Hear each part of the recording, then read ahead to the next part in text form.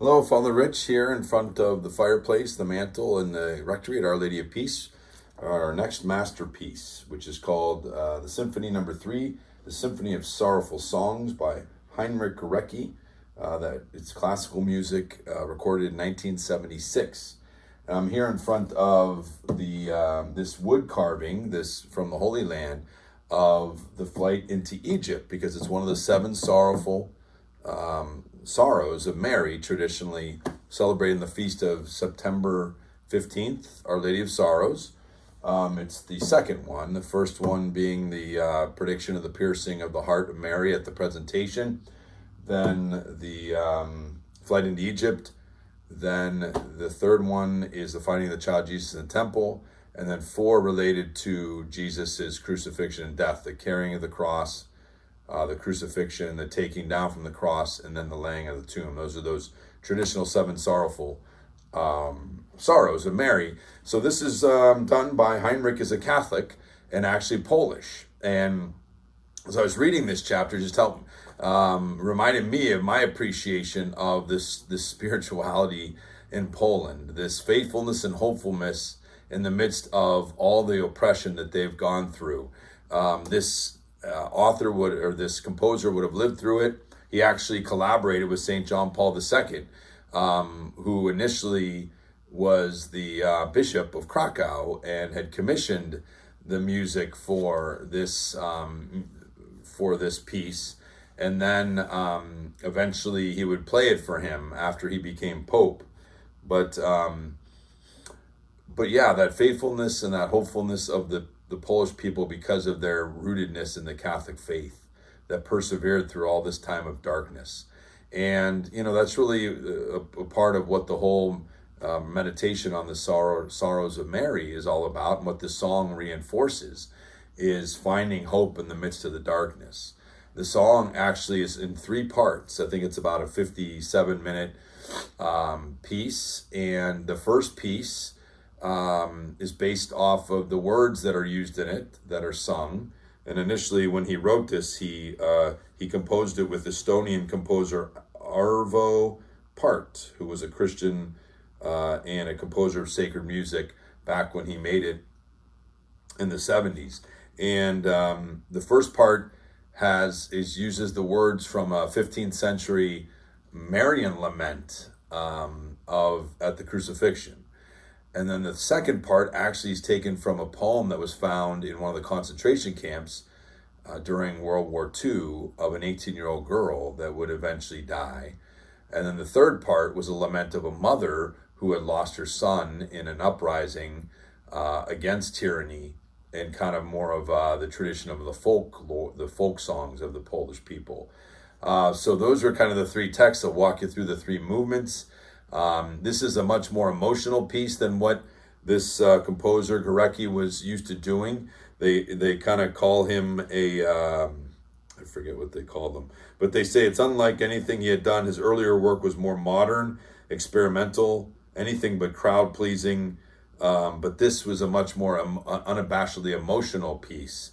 And they actually say that it had kind of gone unnoticed when it was recorded, because it was in the Soviet Union. There was a lot of resistance throughout his life of his music being released, because he was always bringing it with a Catholic component, which of course the atheist communist regime of the Soviet Union didn't want to be released. So it was a constant battle that he had, obviously until the late 80s.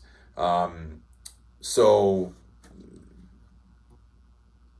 it ends up becoming popularized in 1992 when randomly a disc jockey for a classic music radio station in London plays this piece. The one that he played in 1992 was a performance done by the London Sinfonietta and the vocal soloist Dawn Upshaw. And there was such a response to it being played that it immediately started climbing the charts in the classical music. It even started penetrating the pop chart music in the 90s, and it ended up selling over 1 million copies. So 20 years after it was produced. So that brought about its popularity. It was definitely different for Gorecki and his type of music that he was used to doing. but nonetheless, it really resonated. So the last chapter, the last part, the paragraph on this piece says this: there's a monumental sense of gravity that permeates this symphony. By using these three texts and setting them to music that expresses deep sorrow, as well as the unwillingness of the human spirit to be defeated by that sorrow, Gorecki seemed to be striving to capture the universality of mourning and loss as an integral part of the human condition, pointing toward a transcendent peace that does not remove the ache, but refuses to give suffering the last word. I love the way that's said. Surprised by the fame the piece brought him, Gorecki wondered aloud, perhaps people find something they need in this piece of music. Somehow I hit the right note, something they were missing. Something somewhere had been lost to them. I felt that I instinctively knew what they needed. So they talk about how he grew up in Poland and was born in 1933. Was kind of discouraged to playing music because of the limitations in the regime and the trouble that could get you in under the kind of the Nazi and then communist influence or oppression, but that he eventually, that became his focal point and his passion. They didn't typically, again, the authorities did not approve of his music. He was constantly kind of butting heads with them, but still he worked as a school teacher and then eventually became a professor of composition at the state music school.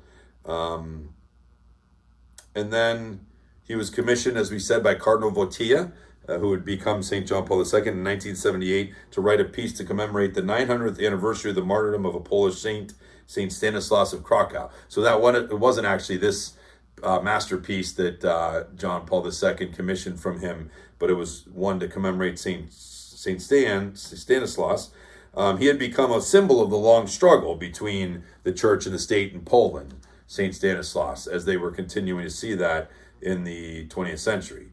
So he composed a piece called Beatus Vir,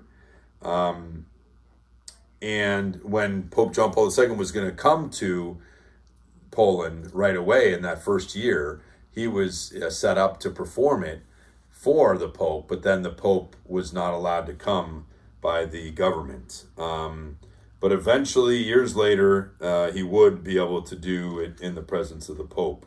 So he made some other music, Miserere, in 1981. He did a song called Totus Tuus as an homage to the Virgin Mary. Remember, that was the title, the motto of Pope John Paul II's papacy, Totus Tuus, based on Mary's total surrender to the will of God at the Annunciation. So they kind of say he was never really an outspoken activist, but he definitely resisted the movement of the Communist Party and their approach to governance. So the eventually, during an acceptance speech, which he received an honorary doctorate from the University of Warsaw, he talked about this kind of connection between faith and his music. Struggling with these 12 notes and musical instruments, it's not so important what I did or how I did it, but what is between and behind the notes. That is what matters. He said, Pope John Paul II said at the beatification of Fra Angelico, who was an artist that was beatified by the Pope, his belief became art, which in turn became faith. That art became a prayer.